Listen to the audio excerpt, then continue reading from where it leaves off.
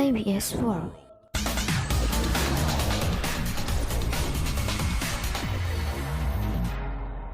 IBS World Delivery today is Indonesia to the World. It is Friday, April 9 here in Indonesia. The news today start now. Jamu dikenal sebagai obat pencegah dan penambah imun bagi tubuh. Tentunya jamu yang disajikan harus higienis dan sesuai pola sehat, mulai dari wadah, pengolahan, bahan, hingga penyajiannya. Namun, pedagang jamu masih banyak menggunakan botol plastik sebagai wadah produk seperti halnya di Pekanbaru Riau. Penanggung jawab program Gerakan Nasional Bugar dengan Jamu Jarnas Buddha Jamu di Provinsi Riau menyatakan bahwa pedagang jamu gendong yang masih menggunakan botol plastik sebagai wadah produk mencapai 40%. Hal itu dinilai tidak higienis dan menyalahi aturan dalam pengelolaan hingga proses penjualan. Pedagang jamu yang belum menyajikan dagangan secara higienis ini dikarenakan ketidaktahuan pengolahan bahkan hingga kesengajaan. Saat ini, pihak Garnas Buddha Jamu di Provinsi Riau sudah melakukan pelatihan dan penggantian botol jamu pedagang dari plastik menjadi botol kaca. Baiklah, di sini kita sudah terhubung bersama Ibu Hayati selaku warga yang sering mengkonsumsi jamu gendong. Baik Ibu, langsung saja saya tanyakan, biasanya kemasan jamu seperti apa yang sering Ibu jumpai? Biasanya, saya menjumpai pedagang jamu dengan jamunya ditaruh di botol plastik. Bagaimana tanggapan Ibu mengenai wadah jamu dalam botol plastik tersebut? Sejauh ini, saya tidak mau permasalahkan sih. Apakah Ibu tahu terkait kasus bahwa masih ada 40% pedagang jamu gendong di Provinsi Riau ini yang menggunakan botol plastik yang tidak higienis dan menyalahi aturan kesehatan? Saya pernah dengar sebelumnya. Setahu saya bahaya ya, cuman saya kurang tahu bahayanya di mana. Jadi saya tetap konsumsi tiap hari. Oke, berarti hal tersebut tidak masalah ya bagi Ibu? Halo, apakah Ibu masih bersama dengan kami? Iya, halo Mbak, halo. Baiklah, karena terjadi kesalahan jaringan, maka kita lanjutkan saja dengan menyimak ulasan berikut ini. Banyak kasus penjual jamu yang telah terjadi, meskipun usaha jamu telah dilakukan selama puluhan tahun.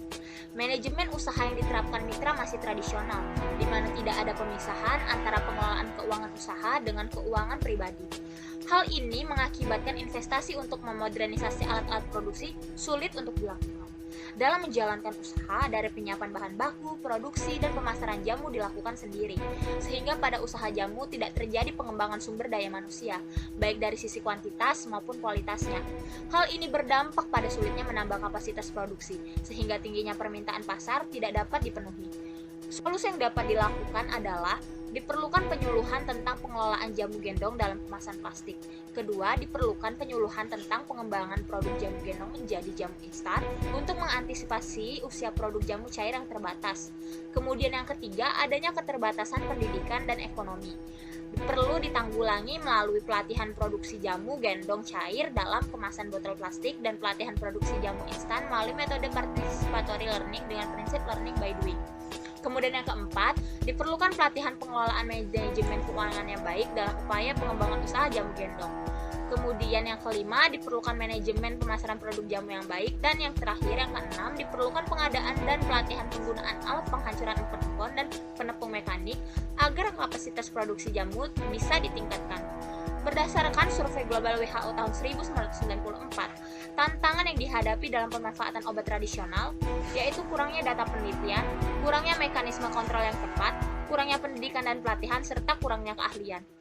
Menurut Peraturan Pemerintah RI Nomor 51 Tahun 2009 tentang Sediaan Obat dan Permenkes RI Nomor 760 Tahun 1992, formulasi farmasetik, sediaan dan kemasan obat tradisional dengan obat modern adalah sama, hanya berbeda dalam bahan baku.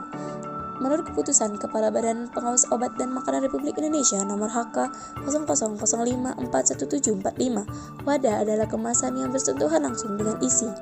Menurut SK Menkes Nomor 193-Kap-B-7-71, Peraturan tentang Pembungkus dan Penandaan Wadah, wadah adalah salah satu komponen yang penting untuk sediaan farmasi, karena ketidaksesuaian wadah akan mempengaruhi obat secara keseluruhan termasuk kestabilan dan efek terapi obat.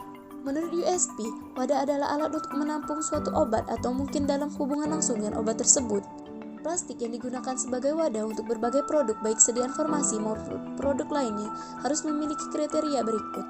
Yang pertama, komponen produk yang bersentuhan langsung dengan bahan plastik tidak diabsorpsi secara signifikan pada permukaan plastik tersebut dan tidak bermigrasi ke atau melalui plastik. Yang kedua, bahan plastik tidak melepaskan senyawa-senyawa dalam jumlah yang dapat mempengaruhi stabilitas produk atau dapat menimbulkan risiko toksisitas. Apabila kita tetap ingin menggunakan wadah plastik, maka kita harus menggunakan wadah plastik sesuai dengan aturan yang berlaku. Dan kita juga bisa lakukan sterilisasi wadah dengan teknik sterilisasi panas, di mana kita memasukkan wadah tersebut ke dalam air yang sudah dididihkan, atau bisa dengan sterilisasi uap. Hal ini cukup ampuh dan dapat membuat jamu lebih higienis.